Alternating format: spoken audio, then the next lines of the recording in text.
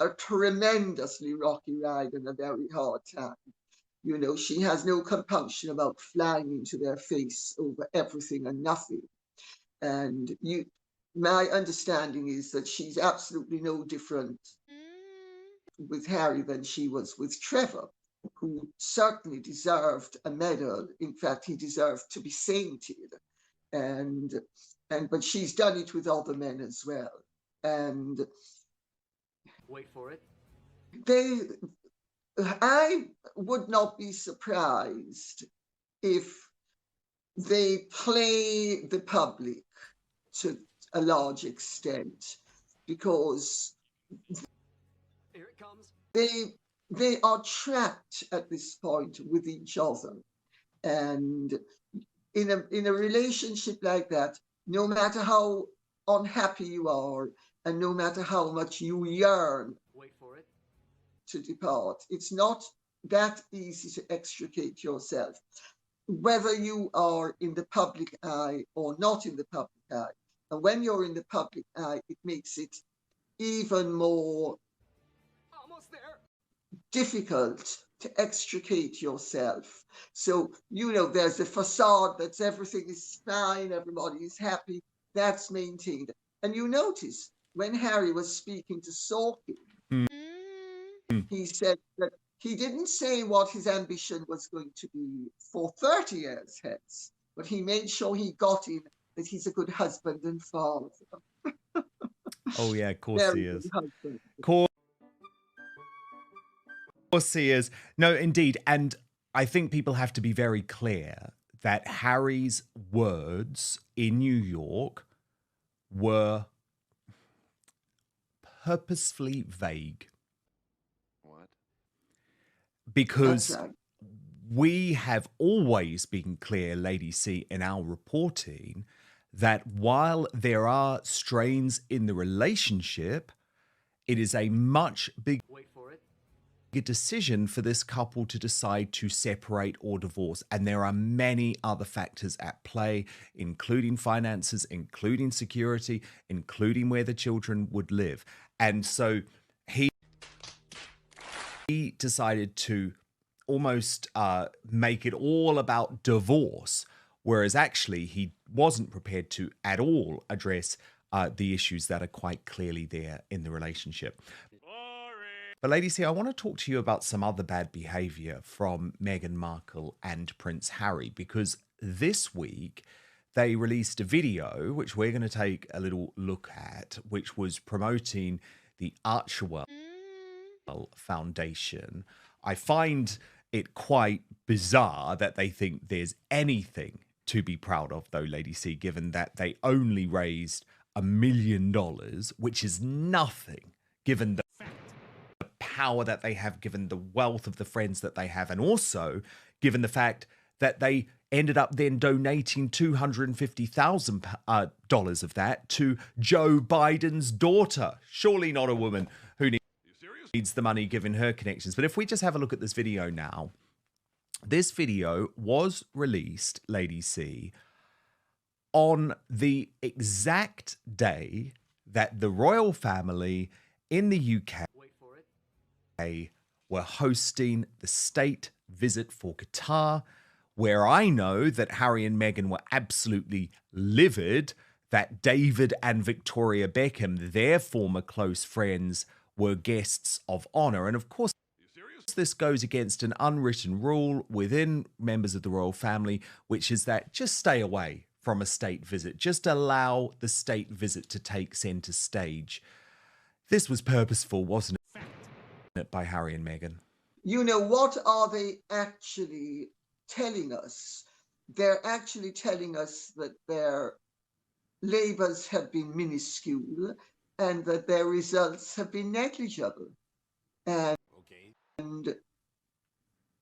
they have tried yet again to muscle in and to knock the proper royal family out of the headlines, but they didn't succeed, because every time they do something like this, they still get attention, but it's lower down the totem pole than it Stop it. Get some help. used to be.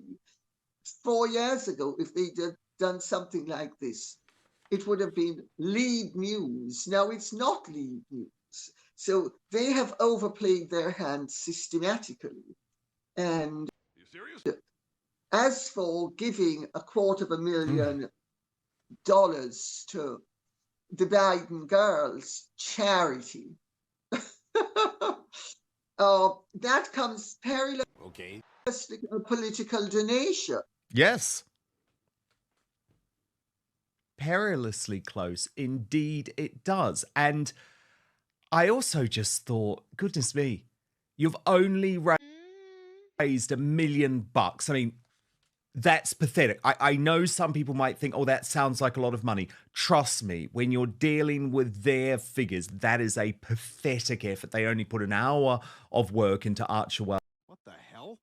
the charitable side, every week. And then they decide, oh, let's give quarter of everything that we've raised to Joe Biden's daughter. A clear attempt to muster political influence. I just think it says a lot about them. But the other sorry, Lady C, you come in. Oh, I was going to say, but doesn't it also show yet again what poor judgment they have? Oh, terrible. Because of course, they were hoping that Biden would be a shoo-in.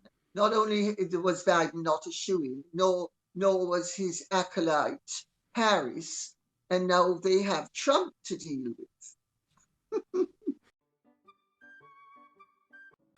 Indeed. Indeed. And I cannot wait.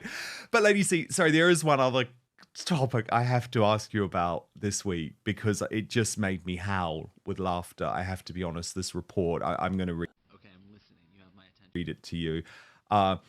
Meghan Markle's embattled lifestyle business, American Riviera Orchard, is being written off as a flop because Wait for it.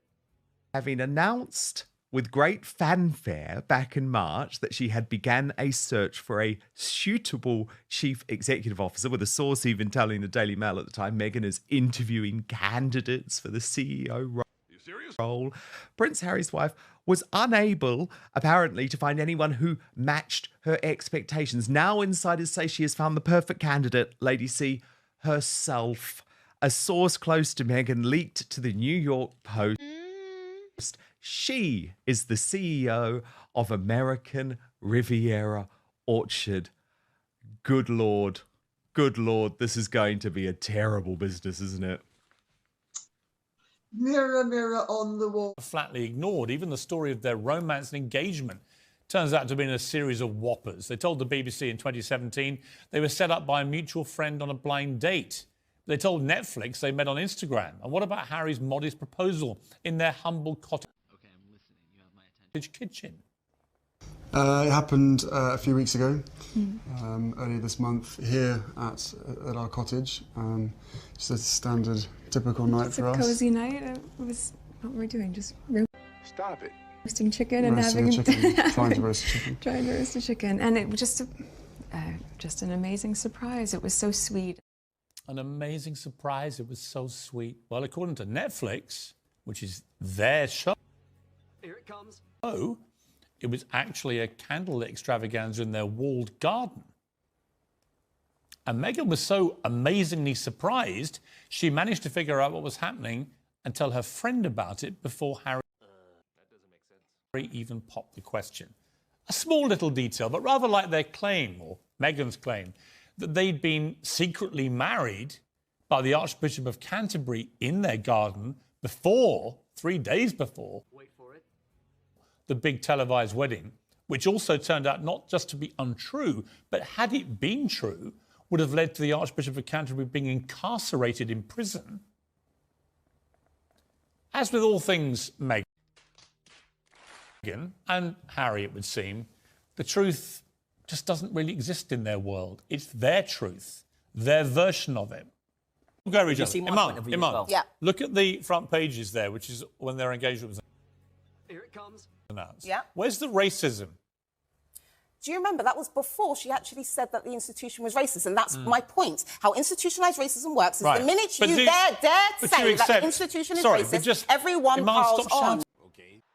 That's what happens. But you accept there's no racism in those media pages? Because that was before she said that the institution was racist. Actually, after that moment, that's when everyone decided to pile on. Actually, and what happened as is a woman, people began to pile on when she started having $500,000 baby showers in New York and flying back on the Clooney private plane. They started having a pile-on. When they used Elton John's private plane like a taxi rank whilst preaching about carbon footprint. They had another pile-on when they had other huge extravagant events they went to, and then when they're preaching about poverty on their Twitter account. Time and again, they were caught being rankly hypocritical. That was why the media coverage began to turn. Then there was all the stuff with her father. Many people felt that she was unnecessarily cruel to her father. People have since criticised his own behaviour. I accept that. But certainly, to start with, they ditched him. They dropped him. Harry's never met his father-in-law in his life. You know, he proposed marriage to this girl knowing what's going to happen and then doesn't do anything to protect the father at all. And so now she's disowned him. What kind of people put compassion on their website, as they do, as being at the centre of their core being, when they live 70 miles away from this guy who has not got long for this world, he's in poor health, all he wants to do is meet his grandchildren, and she won't have anything to do with it? That's not compassionate. And also the hypocrisy and the lies are not what I think are decent values in people. And I think Meghan Markle branding us a racist country and attacking the institution of the monarchy as racist. It's unfair. I think she totally is... She is what I would call a race baiter. If she doesn't produce hard evidence to support these incendiary claims, she becomes a race baiter, exploiting racism and the issue of racism to act as a kind of protective shield around her and to make herself extremely rich and famous as a professional victim. I've spent more time in Sussex than Meghan and Harry have in the last 2 weeks. Right? So, actually, a month. But they're never there. But they've got these titles which are given to them. That's what I mean about they trade off Duke and Duchess of Sussex, the royals, to make themselves incredibly rich. And I do wonder if there's a point where Charles goes, actually, you can't do that anymore.